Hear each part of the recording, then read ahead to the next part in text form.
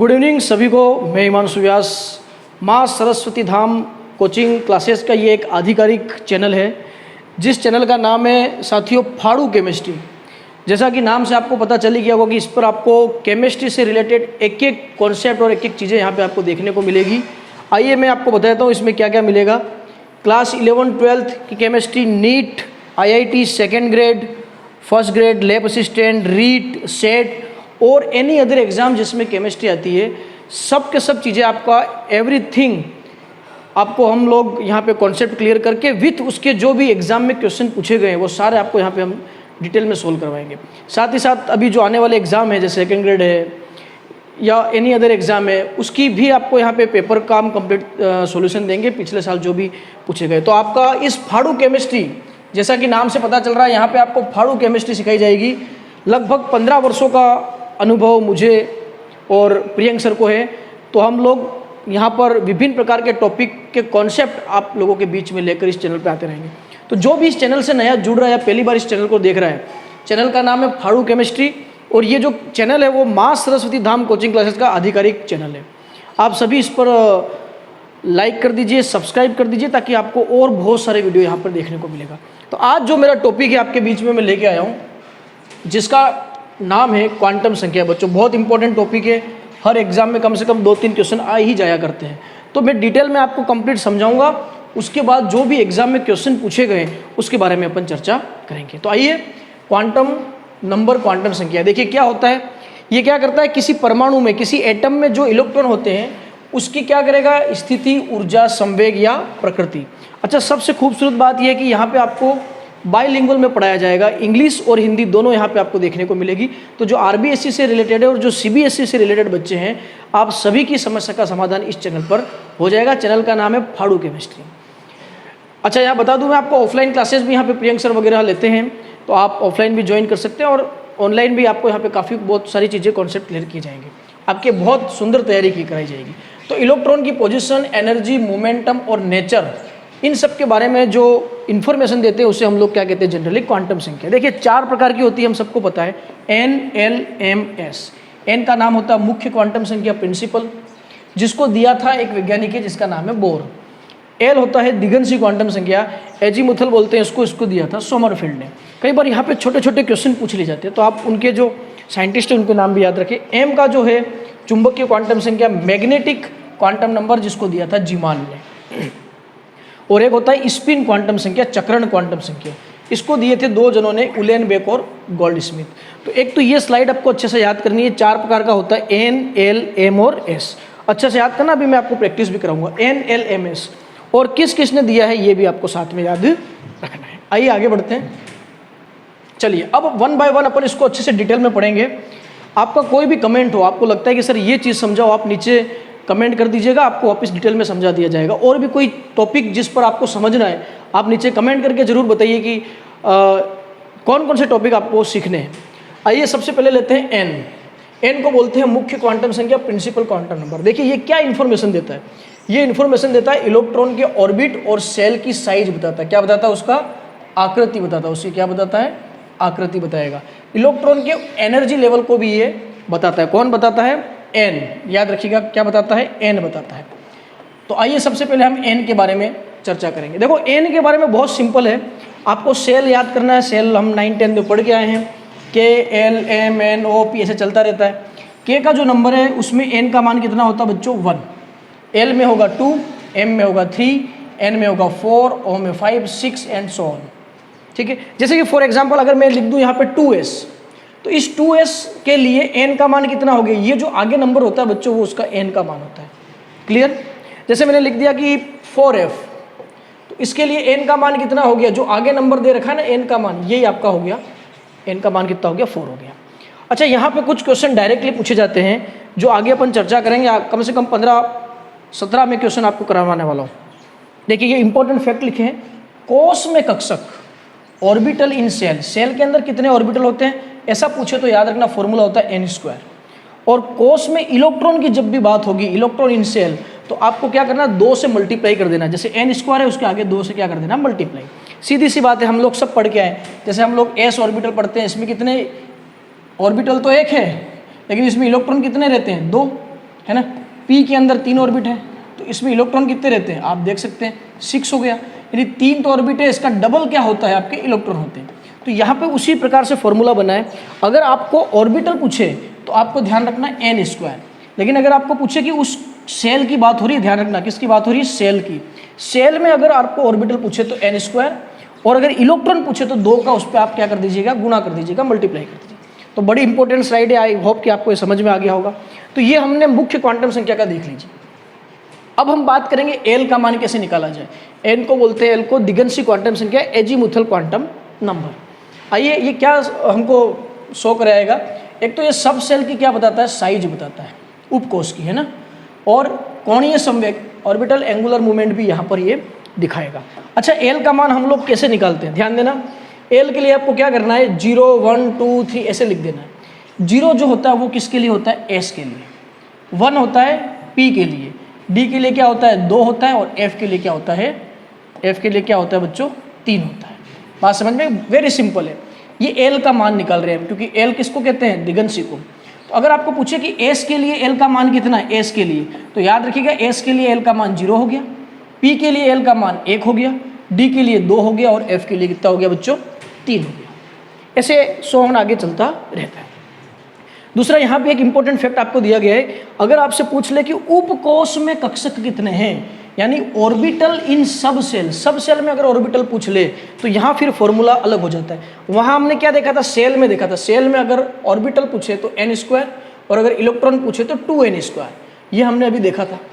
आगे 2 का मल्टीप्लाई कर दिया था, सेम लाइक दैट यहाँ रहेगा, बस फॉर्मूला चेंज हो जाएगा। अगर आपको सब सेल में ऑर्बिटल पूछ रहा है तो आपका फॉर्मूला होगा 2l+1, और अगर सब सेल में इलेक्ट्रॉन पूछ रहा है, क्योंकि हम जानते हैं कि जब भी इलेक्ट्रॉन की बात होएगी तो हम 2 से क्या करेंगे, मल्टीप्लाई। तो पूरे फॉर्मूले को आप चेक करिए, आगे 2 से क्या कर दिया, मल्टीप्लाई।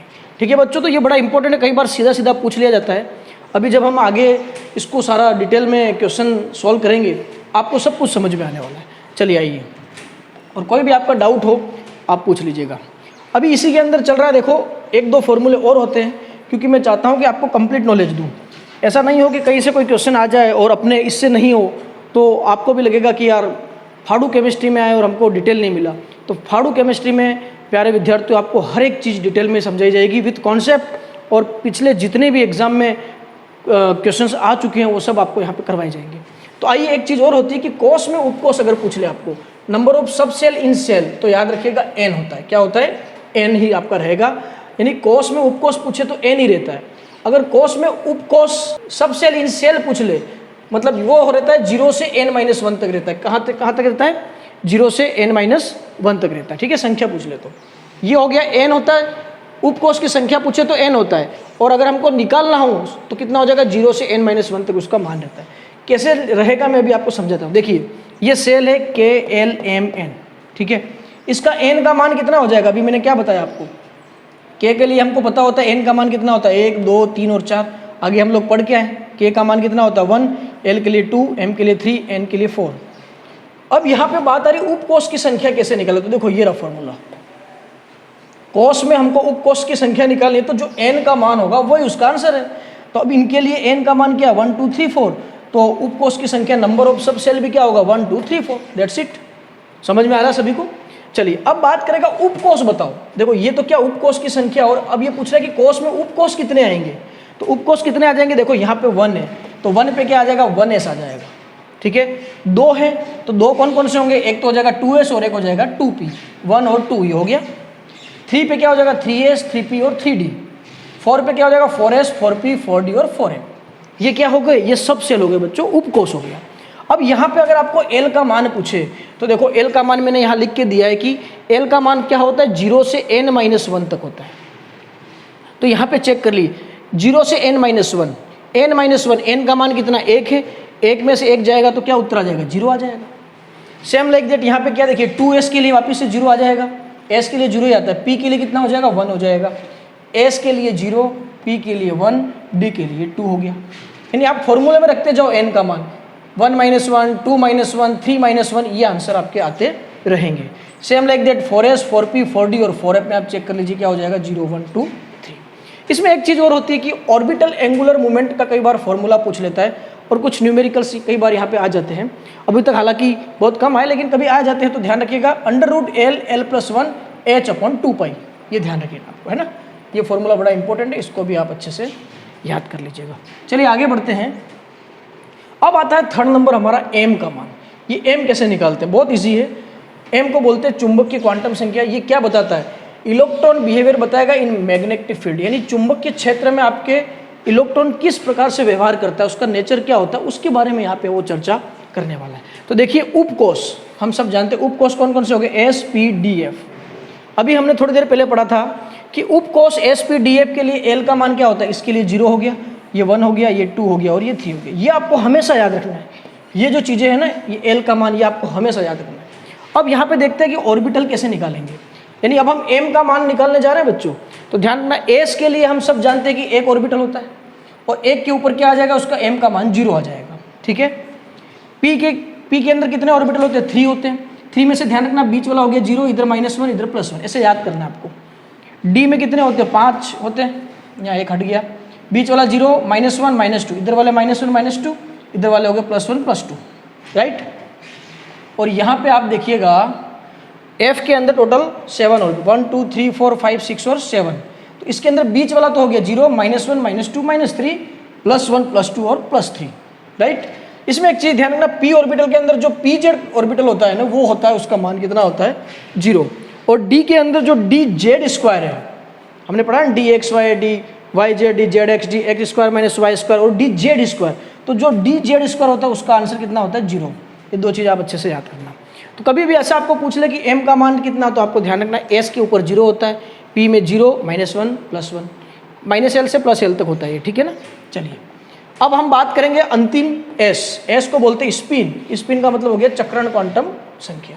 हम सब जानते हैं कि एक ऑर्बिटल के अंदर 2 इलेक्ट्रॉन रहते हैं, यानी एक घर में 2 व्यक्ति रहते हैं, पति और पत्नी, ऐसे करके आप याद कर लीजिएगा, हस्बैंड और वाइफ रहते हैं। अब आप जानते हो कि घर में कई बार ऊपर नीचे हो जाता है, हस्बैंड के विचार अलग, पत्नी के विचार अलग, है ना। तो यहाँ पे एक होता है क्लॉकवाइज और एक होता है एंटी क्लॉकवाइज। तो जो क्लॉकवाइज चलेगा उसका मान माना जाता है +½ स्पिन है इसकी, है ना। और जो एंटी क्लॉकवाइज चल रहा है वो हो गया माइनस में। तो घर में भी कई बार होता है, कुछ लोग क्लॉकवाइज चलते हैं, कुछ लोग एंटी क्लॉकवाइज चलते हैं। तो जो क्लॉकवाइज चलेगा उसका हो गया ½ प्लस का, और इसका हो गया -½ ठीक है बच्चों। अच्छा यहाँ भी ध्यान रखना, यहाँ भी ऑर्बिटल एंगुलर मूवमेंट निकलता है, यहाँ पे निकल जाएगा √S S+1 H/2π, ये भी आ जाता है। इससे पहले पढ़ा था √L L+1 H/2π, ठीक है। दोनों ऑर्बिटल एंगुलर मूवमेंट है। तो कुल मिला के ये चारों चीज़ें थी। अब इसको अप्लाई कैसे करना है, आइए पहला क्वेश्चन लेते हैं अपन। क्वेश्चन पड़ेगा 4p3 के लिए आपको चारों क्वांटम नंबर के मान बताने। अब यहाँ पे आपको 4p3, हम सब लोग जानते हैं p के अंदर 3 इलेक्ट्रॉन यहाँ पे इन्होंने दे रखे। अब वो आपको ये कह रहा है कि इनके लिए, इसके लिए, इसके लिए, इसके लिए आप NLMS के मान बताओ। तो कैसे निकालेंगे, 1 बाय 1 बड़े ध्यान से समझिएगा, सब कुछ समझ में आ जाएगा, ध्यान से देखते रहना। देखिए n का मान मैंने आपको बताया था, जो आगे ये नंबर होता है वो n का मान होता है। तो इस वाले के लिए भी 4 हो जाएगा, इस वाले इलेक्ट्रॉन के लिए भी 4 हो जाएगा और इसके लिए भी हो जाएगा 4। ये तो क्लियर हो गया। L का मान कैसे निकालते हैं, अभी मैंने बताया था आपको, जब भी L का मान निकालना हो तो आप ऐसे लिख दीजिए 0 1 2 और 3। 0 किसके लिए होता है, S के लिए, ये P के लिए, ये D के लिए और ये हो गया आपका F के लिए, राइट। तो अब आप चेक कर लीजिए, P दे रखा है, तो P के लिए कौन सा मान हो जाएगा, L का मान 1 हो जाएगा। कितना हो जाएगा बच्चों, 1। तो इसके लिए 1, इसके लिए 1 और इसके लिए भी क्या हो जाएगा, 1 हो जाएगा। क्लियर। M का मान, अब M आप चेक कीजिए कौन सा ऑर्बिटल है, P ऑर्बिटल है। हम सब लोग जानते हैं P में कितने ऑर्बिटल होते हैं, 3, जिसमें ये रहता है 0, ये -1, ये +1 हो गया। अब यहाँ पे 3 इलेक्ट्रॉन है, कितने इलेक्ट्रॉन है, 3 है। तो आपको क्या कह रहा है, पहला इलेक्ट्रॉन, फर्स्ट इलेक्ट्रॉन के लिए M का मान कितना हो जाएगा, -1। कितना हो जाएगा चेक करिए, पहले इलेक्ट्रॉन के लिए ऊपर क्या है, -1, दूसरे के ऊपर क्या है बताइए, सभी लोग बताएंगे 0, और थर्ड वाले पे क्या हो गया आपका +1, राइट। S का मान क्या होगा, मैंने आपको कहा अगर सीधे इलेक्ट्रॉन ऊपर जा रहे हैं मतलब क्लॉकवाइज है, क्लॉकवाइज के लिए होता +½ और अगर नीचे आ रहा होता तो होता -½ यानी एंटी क्लॉकवाइज। तो मुझे बताए तीनों के तीनों ऊपर जा रहे हैं ना, तो इसका भी +½ इसका भी +½ और इसका भी आपका हो गया +½ तो हमने क्या किया, 4p3 के लिए हम तीनों इलेक्ट्रॉन के लिए चारों क्वांटम संख्याओं के मान हमने इजीली निकाल लिए। आई होप कि आपको समझ में आया होगा। ऐसे बहुत सारे क्वेश्चन अभी हम और आगे करेंगे। चलिए नेक्स्ट क्वेश्चन देखिएगा। क्या लिखा हुआ पढ़िए। इंग्लिश वाले इंग्लिश में मैंने आपको दे रखा है, इंग्लिश में पढ़ लीजिए आप। सोडियम में प्रवेश लेने वाले अंतिम इलेक्ट्रॉन, है ना, लास्ट इलेक्ट्रॉन की बात कर रहा है, उनके लिए चारों क्वांटम संख्याओं के मान बताना। तो आपको सोडियम के लिए पूछा है, तो सोडियम का कितना होता है परमाणु क्रमांक, एटॉमिक नंबर 11, और इसका इलेक्ट्रॉन कॉन्फ़िगरेशन हो जाएगा 1s2 2s2 2p6 और 3s1 हो जाएगा। 2 2 4 और 6 10 और 11, यानी ये आपको पूछ रहा है अंतिम इलेक्ट्रॉन, मतलब यहाँ की बात कर रहा है। 3s1 की बात कर रहा है बच्चों, किसकी बात कर रहा है, 3s1 की बात कर रहा है। तो आप क्या करेंगे, सबसे पहले s ऑर्बिटल बना लो, उसके अंदर एक इलेक्ट्रॉन डाल दीजिए, है ना। अब यहाँ पे इसके हम लोग चारों मान निकालेंगे, n का मान निकालेंगे, l का मान निकालेंगे, m का मान निकालेंगे और s का मान निकालेंगे। मुझे बताओ n का मान कितना हो जाएगा बच्चों, मैंने आपको कहा था जो आगे नंबर होता है वही n का मान, राइट। फिर s के लिए l का मान कितना होता है, मैंने बताया था l का मान हमेशा लिख दो 0 1 2 3, ये 0 किसके लिए, s के लिए, ये p, ये d के लिए, और ये क्या हो गया f के लिए। तो यहाँ पे s दे रखा है, तो s के लिए कितना मान होता है बच्चों, l का मान कितना हो गया, 0 हो गया, ठीक है। m का मान मैंने बताया था, s ऑर्बिटल जो होता है उसके ऊपर हमेशा क्या होता है, 0 ही होता है। तो यहाँ पे कितना मान हो गया बच्चों, 0 हो गया, राइट। अब बचा स्पिन क्वांटम संख्या, तो आप चेक कीजिए इसके अंदर जो इलेक्ट्रॉन है वो क्लॉकवाइज जा रहा है, ऊपर की तरफ जा रहा है। कहाँ जा रहा है, दक्षिणावर्त बोलते हैं इसको हिंदी में, क्या बोलते हैं, दक्षिणावर्त। घड़ी की दिशा में, घड़ी कैसे चलती है, ऐसे चलती है ना, तो ये ऊपर जा रहा है। अगर ऐसे चलता तो एंटी क्लॉकवाइज हो जाता है, ऐसे, है ना, ये एंटी क्लॉकवाइज होता है, ये क्लॉकवाइज होता है। तो क्लॉकवाइज हो तो इसका मान कितना हो जाएगा बच्चों, +12। तो ये चारों क्वांटम संख्याओं के मान निकाले। आ रही सारी चीज़ें समझ में, अगर आ रही हो तो आप नीचे कमेंट जरूर कीजिएगा। सारे बच्चों हर एक टॉपिक का आपको कॉन्सेप्ट क्लियर करवा देंगे, बस आप तो नीचे कमेंट करिए कि सर हमको ये टॉपिक करवा दीजिए, चाहे 11th के हो, 12th के हो, नीट के हो, IIT के हो, सेकेंड ग्रेड अभी एग्ज़ाम आ रहा है साइंस वाले, केमिस्ट्री, फर्स्ट ग्रेड वाले हो, सेट वाले हो, लैब असिस्टेंट वाले हो, या जिसमें भी केमिस्ट्री आती है बच्चों, सब आपको कॉन्सेप्ट यहाँ पे क्लियर करवाए जाएंगे। तो ये इसका आंसर हो गया। कुछ ऑब्जेक्टिव क्वेश्चन भी लेते हैं हम, चलिए आइए। अब देखना ये सारे, अब जो मैंने क्वेश्चन हाथ से लिखे सारे के सारे आपके एग्जाम में पूछे गए क्वेश्चन मैंने यहाँ पे लिखे, ठीक है। लीजिए पहला क्वेश्चन पढ़िएगा, इंग्लिश वाले इंग्लिश में देख लेना। मुख्य क्वांटम संख्या n बराबर 4 के लिए कितना, यानी प्रिंसिपल क्वांटम संख्या n बराबर 4 से रिलेटेड कुल कक्षकों की संख्या कितनी है। अब ध्यान देना, एक एक वर्ड इंपॉर्टेंट है।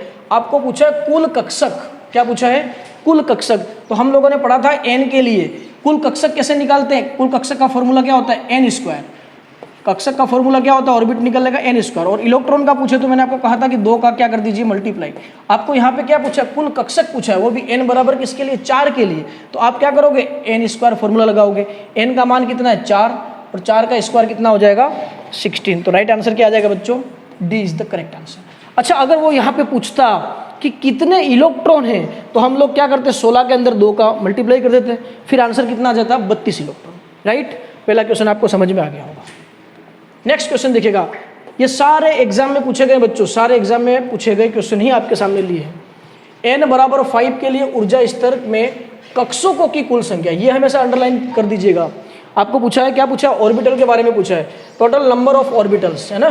तो अभी मैंने बताया ऑर्बिटल निकालने का फॉर्मूला क्या होता है, n²। n का मान कितना है, 5, 5 का स्क्वायर कर दोगे कितना हो जाएगा बच्चों, 25। The right answer is 25। बोले कहाँ दिक्कत आ रही है, जो मैंने आपको पढ़ाया, जो हमने पढ़ा वहीं से ही क्वेश्चन बन के आ रहे हैं।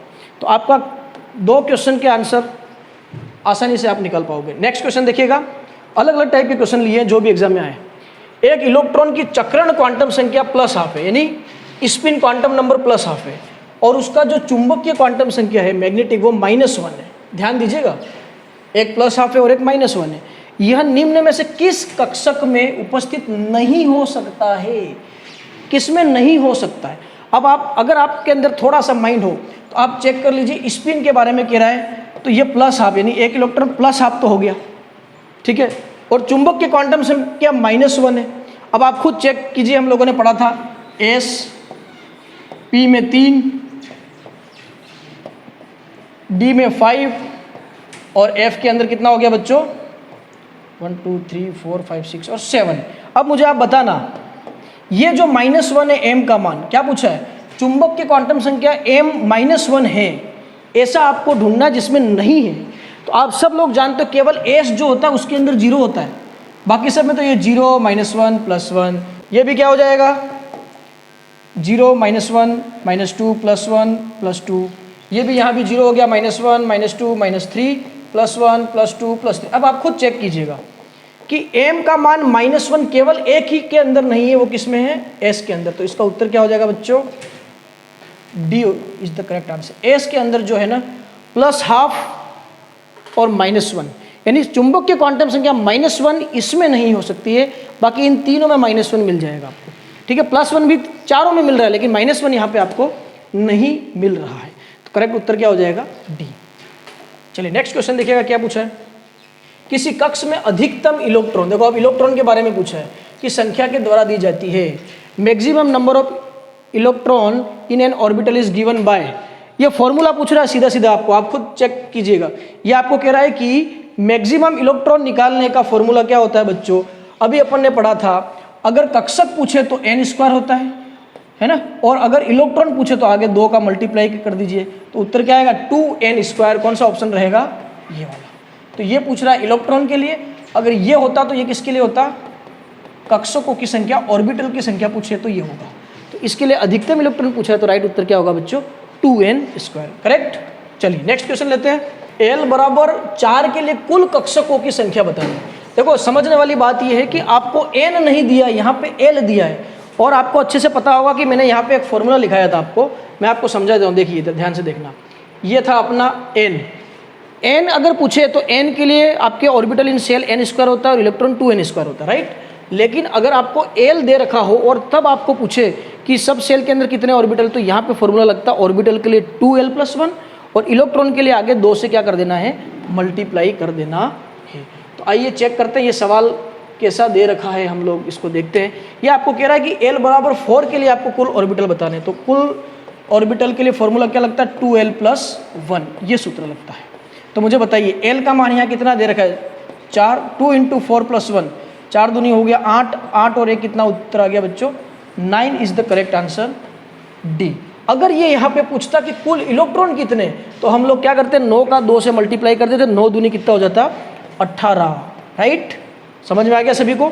तो ये हमेशा ध्यान रखिएगा, एक तो ये यहाँ चेक करना कि n दे रखा है कि l दे रखा है, और यहाँ चेक करना है कि आपको कक्षक दे रखे, ऑर्बिटल्स दे रखे, या फिर इलेक्ट्रॉन की आपको नंबर पूछ रहा है। इन बातों को आपको विशेष तौर पर ध्यान देना है। चलिए आइए नेक्स्ट क्वेश्चन लेते हैं। मुख्य क्वांटम संख्या n वाले कोष में इलेक्ट्रॉन की अधिकतम संख्या, अभी हमने पढ़ा n के लिए यदि आपको सेल के अंदर टोटल इलेक्ट्रॉन पूछ रहा है तो उत्तर क्या होता है, 2n²। ये तो किसके लिए होता है, ऑर्बिटल के लिए, राइट, n²। और टोटल इलेक्ट्रॉन पूछ रहा है तो आपका क्या हो जाएगा, देखो इलेक्ट्रॉन पूछ रहा है 2n²। समझ गए बच्चों, ये दोनों तो कहीं होते ही नहीं है। चलिए नेक्स्ट क्वेश्चन। मुख्य क्वांटम संख्या n बराबर 3 से संबंधित कुल कक्षकों की संख्या। फिर से वही सवाल, कितनी बार कितने एग्जाम में रिपीट हुआ, सारे एग्जाम के क्वेश्चन ला के आपको दे रहा हूँ, है ना, ताकि आप समझ पाओ। तो कुल कक्षक की संख्या क्या होता है, n², n का मान 3 है, 3 का स्क्वायर कितना होता है बच्चों, 9। The correct answer is 9।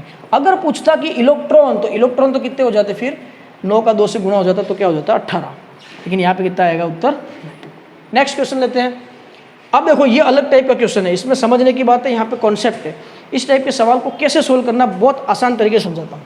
वो कह रहा है आपको कि n+l बराबर 4 हो के सभी कक्षकों में अधिकतम इलेक्ट्रॉन की संख्या बतानी। Number of electron that can be accommodate in all the orbitals with n+l = 4। देखो इस वाले केस में आपको एक दो कॉन्सेप्ट याद रखना। हम सबको पता है कि हमेशा n का मान जो होता है ना वो l से हमेशा ज़्यादा होता है, राइट। तो हमको क्या करना है, यहाँ पे n और l के जोड़े बनाते हैं 4 के सहित। क्या क्या बन सकता है, देखो एक तो 4 + 0 बन सकता है, तो 4 हो सकता है। एक क्या कर सकते हैं, 3 + 1 कर सकते हैं, तो आपका क्या हो सकता है, 4 हो सकता है। और एक 2 + 2 कर सकते हैं, तो कितना हो गया आपका, 4 हो गया। लेकिन मैंने अभी आपको बताया ना कि n का मान l से ज़्यादा होगा, इसका मतलब ये वाला तो हट गया। फिर भी मैं आपको समझाता हूँ। देखो 4 0 किसके लिए होता है, l का मान बताना, s के लिए। l का मान 1 होता है तो क्या होता है, p होता है। 2 होता है तो कितना हो जाता है, d होता है। तो अब यहाँ पे क्या हुआ, सॉरी 2 आएगा ना यहाँ पे, सॉरी n का मान 4 है तो 4s, 3 है तो 3p और 2 है तो 2d। अब आप मुझे बताइए क्या 2d एग्जिस्ट करता है, नहीं करता है, क्योंकि हमेशा ध्यान रखना n का मान l से ज़्यादा होता है, यहाँ पे इक्वल हो रहा है, तो ये तो वैसे ही आपके हट गया। अब बचा यहाँ पे 4s और 3p बचा है, ये दोनों हो सकते हैं, ये भी होगा ये भी होगा। मुझे बताइए s के अंदर मैक्सिमम इलेक्ट्रॉन कितने रहते हैं बच्चों? 2। फिर कह रहा है p का बताना बच्चों, p में कितने ऑर्बिटल होते हैं? 3 होते हैं, लेकिन इलेक्ट्रॉन हाईएस्ट कितने रहते हैं? 6 रहते हैं, 1 2 3 4 5 और 6। अब सवाल वापस से पढ़िएगा, क्या पूछ रहा है आपको? वो कह रहा है कि n + l बराबर 4 के सभी कक्षकों में अधिकतम इलेक्ट्रॉन बताओ। कक्षक नहीं पूछ रहा है, इलेक्ट्रॉन बताओ। तो मुझे बताओ, एक तो 4s निकला, एक 3p निकला, s में 2 इलेक्ट्रॉन हो गए, s में कितने हो गए? 2 इलेक्ट्रॉन, और इसमें p में कितने हो गए? 2 4 6 इलेक्ट्रॉन। तो मुझे बताइए टोटल कितने हो गए? 8 इलेक्ट्रॉन। तो करेक्ट आंसर इज बच्चों क्या रहेगा? 8 is the correct answer. Very easy सवाल था। क्या करना है? कुछ नहीं करना है, n + l बराबर 4 करके जोड़े बनाने हैं।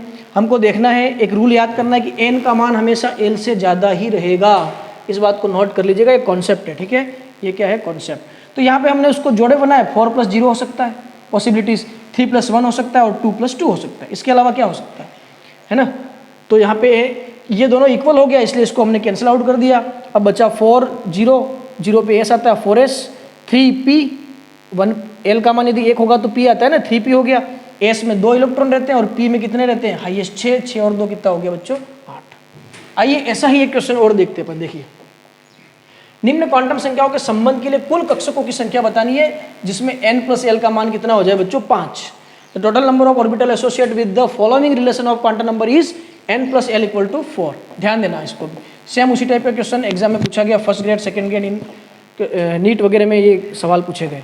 तो मैंने क्या कहा, n का मान हमेशा l से ज़्यादा ही रखना है, एक तो ये कॉन्सेप्ट याद रखना। अब हमको 5 के जोड़े बनाने, मुझे बताओ क्या क्या जोड़े बन सकते हैं? बताना।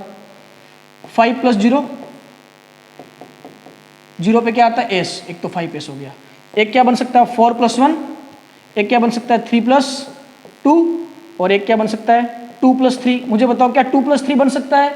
नहीं बन सकता है, क्योंकि n का मान l से ज़्यादा होता है। इसका मतलब 3 पॉसिबिलिटी यहाँ पे बन रही है। अब इसमें हम चेक करेंगे क्या पूछ रहा है कि आपको कुल कक्षकों की संख्या, टोटल नंबर ऑफ ऑर्बिटल पूछ रहा है।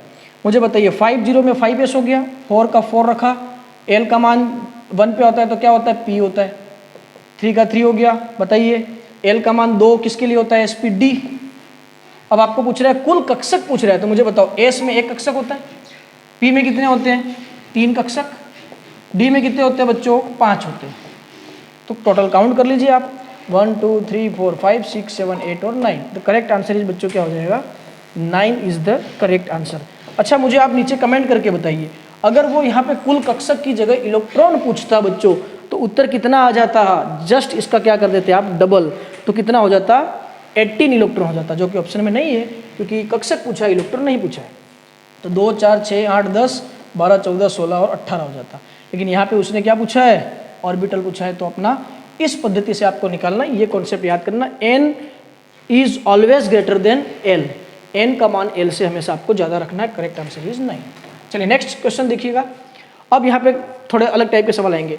एक परमाणु में इलेक्ट्रॉन की व्यवस्था के निम्न में से कौन सा अनुमत नहीं है? यानी ये कह रहा है कि कौन सा अलाउड ही नहीं है। Which of the following is not permissible, not allowed. निम्न में से कौन सा क्वांटम के अकॉर्डिंग नॉट अलाउड है? तो आइए इसको कैसे करना है। देखो यहाँ पे n का मान 5 दे रखा है, तो हम लिखते हैं 5, l का मान 3। इसके लिए मैंने आपको ट्रिक बताई है, l का मान 0 1 2 3 लिख दीजिए। 0 s के लिए होता है, ये p के लिए होता है, ये d के लिए होता है, ये f के लिए होता है। तो मुझे बताना, ये 5 हो गया, ठीक है। l का मान 3 किसके लिए होता है? f के लिए होता है, f लिख दिया। m का मान 0 हो सकता है क्या f के लिए? याद करो, मैंने आपको बताया था, ये ऐसे 7 ऑर्बिटल बनाए थे और यहाँ पे बीच में 0 हो रहा, तो ये बात तो सही है, ठीक है।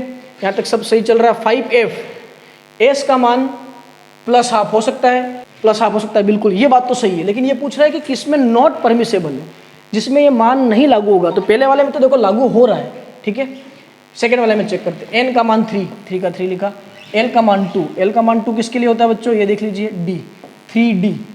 m का मान -3, क्या मुझे बताना d के अंदर 5 ऑर्बिटल होते हैं, बीच में 0 -1 -2 +1 +2।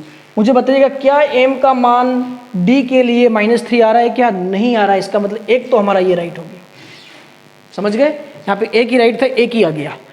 चलिए इसमें भी चेक कर लेते हैं, इसमें क्या सही जा रहा है। n का मान 3, l का मान 2, तो d हो जाएगा वापस से।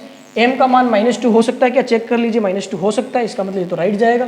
और s का मान -12 हो सकता है, बिल्कुल हो सकता है एक ऑर्बिटल। नेक्स्ट देखिएगा, n बराबर 4 का 4 लिखा, l का मान 0 मतलब s हो गया, ठीक है। जब s होगा ऑर्बिटल तो उसका m का मान तो 0 ही होता है, और s का मान क्या होता है? -12 या +12 हो सकता है, ये भी राइट है। तो इनमें से कौन सा राइट नहीं था? तो कौन सा राइट नहीं था बच्चों? ये वाला राइट नहीं था, बिकॉज ऑफ, क्योंकि यहाँ पे d ऑर्बिटल के अंदर m का मान -3 कदापि नहीं होता है। m का मान -3 किसके लिए होता है? f के अंदर होता है बच्चों। किसके अंदर होता है? f ऑर्बिटल के अंदर। आई होप कि आपको अच्छे से समझ में आ रहा होगा, सारे कॉन्सेप्ट क्लियर हो रहे होंगे। आइए एक क्वेश्चन लेते हैं मैच करने वाला, है ना, मैच द फॉलोइंग। बड़े ध्यान से देखना, बड़ा इंपॉर्टेंट क्वेश्चन है। एक तरफ आपको दे रखा है क्वांटम नंबर और एक तरफ आपको दे रखा है ऑर्बिटल। यहाँ पे ये कुछ मान दे रखे हैं और आपको मैच करने हैं। तो आइए 1 बाय 1 मैच करते हैं। आपको दिख रहा होगा, इसको थोड़ा क्लोज कर देता हूँ मैं। और देखना, n का मान 2 तो 2 लिख दिया, l का मान 1 तो हम सबको पता होना चाहिए 0 1 2 3। 0 किसके लिए होता है? s के लिए, ये p के लिए, ये d के लिए, और ये हो गया आपका f के लिए। तो बताओ l का मान 1 किसके लिए होता है बच्चों? p के लिए, तो 2p लिख दिया, ठीक है। देखिए फर्स्ट का 2p कहाँ आ रहा है? फर्स्ट का 2p आ रहा है सेकेंड में। हमेशा स्मार्ट बच्चे जो होते हैं ना, ऑप्शन मैच करते चाहिएगा। a का मान 2, a का मान 2 किसमें? इसमें नहीं है, ये हट गया। a का मान 2 इसमें, इसमें है, तो ये भी हट गया। अब हमारा जो कंपटीशन है ना, वो केवल और केवल किसमें है? सेकेंड और थर्ड में। तो एक से बात नहीं बनी, आगे बढ़ते हैं। चलिए नेक्स्ट देखिए, n का मान 4, 4 का 4 लिख दे। l का मान 0, 0 पे क्या होता है? s। तो बताइए इसका 4s कहाँ दे रखा है? 4s ये रहा। तो b का क्या हो गया उत्तर? फर्स्ट। b का फर्स्ट किसमें बच्चों? केवल एक में दिख रहा है। देखिए ये हट गया, ऑटोमेटिक उत्तर आ गया आपका b। लेकिन मैं आपको पूरा समझा देता हूँ, ठीक है। ये स्मार्ट तरीका होता है, हमेशा ऐसे आपको यूज़ करना है। आइए, n का मान 5 तो 5 का 5 हो गया। l का मान 3, l का मान 3 किस में होता है बच्चों? f में। तो क्या हो गया? 5f। 5f किस में जा रहा है? चेक कर लीजिए, c का 4। c का 4 अपना सही चल रहा है, a का सेकेंड, b का फर्स्ट, c का 4। इसमें निकलिएगा, n का मान 3 का 3 लिखा, l का मान 2 किसके लिए होता है बच्चों? d के लिए होता है। क्या हो गया? 3d। 3d किसके लिए हो गया? d का हो गया आपका third. The correct answer is 2।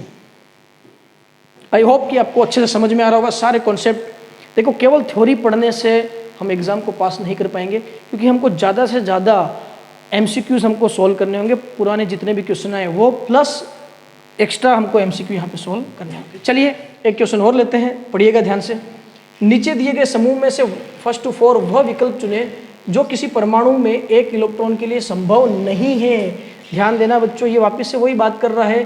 Select the option from the following sets 1 to 4 which is not permissible, यानी नॉट अलाउड, जो नहीं हो सकता है for an electron in atom. अच्छा यहाँ की खास बात क्या, देखो आपको 4 चीज़ें दे दी और यहाँ पे ऑप्शन दिए हुए, और ऑप्शन में आप ध्यान से चेक कीजिए, फर्स्ट और 4, केवल फर्स्ट, सेकेंड और थर्ड, और केवल सेकेंड। तो आइए इसको हम सोल्व करेंगे पहले, है ना। थोड़ा क्लोज कर देते हैं इसको ताकि आपको अच्छे से दिखे। चेक करना, ये लीजिए, n का मान 2 तो 2 का 2 लिख दिया, l का मान 1 तो हमेशा ऐसे लिख दिया करो आप शायद, है ना। l का मान 0 1 2 3, 0 s के लिए, 1 के लिए p, d और क्या हो गया f। मुझे बताइएगा l का मान 1, l का मान 1 किसके लिए बच्चों? p के लिए, तो आपने लिख दिया 2p। m का मान 0, मुझे बताना क्या p के लिए 0 हो सकता है? p के लिए 0 हो सकता है ना बच्चों। भाई p में कितने 3 ऑर्बिटल, बीच वाला 0 -1 +1, तो हो सकता है, ये बात सही चल रही है। और अगर अंदर इलेक्ट्रॉन होगा तो प्लस हाफ भी हो सकता है, माइनस हाफ भी हो सकता है ना। इसका मतलब ये बात सही चल रही है, पहला तो राइट हो गया। आपको कौन सा निकालना है? जो पॉसिबल नहीं है। बच्चे अक्सर यही गलती करते हैं, नहीं पूछा है कि हाँ पूछा है, नहीं है वो पूछ रहा है। आइए, तो पहला तो हो सकता है ना, ये हमारा उत्तर नहीं है, ये ध्यान रखना। n का मान 3, 3 का 3 लिख दिया, l का मान 3, l का मान 3f, 3f। मुझे बताना 3f क्या हो सकता है क्या? चलिए 3f हो सकता है, तो अगर m का मान 3 -3 हो सकता है क्या? बिल्कुल हो सकता है क्या? s का मान +हाफ हो सकता है क्या? हो सकता है। लेकिन आप चेक कर लीजिए, f कभी भी 3 से शुरू नहीं होता है, क्योंकि f जो होता है वो 4 से शुरू होता है। इसका मतलब पहला तो क्या हो गया आपका? गलत हो गया, यही हमारा एक तो उत्तर हो गया, क्योंकि आपको पूछ रहे नहीं है, एक तो यही हो गया ना। चलिए नेक्स्ट देखते हैं, थर्ड वाला।